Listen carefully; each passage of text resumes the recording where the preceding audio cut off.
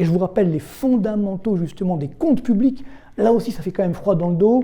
Je vous rappelle les chiffres. Déficit public en 2024, 170 milliards d'euros. Cette année, au moins 200 milliards d'euros de déficit public en 2025, parce que vu que les recettes fiscales ne sont pas là, les dépenses vont continuer d'augmenter, notamment à cause de l'augmentation du chômage, et a fortiori, si on n'a pas d'accord sur les retraites. Déficit annuel des retraites, des régimes des fonctionnaires, c'est ça le gros problème, entre 60 et 80 milliards d'euros par an.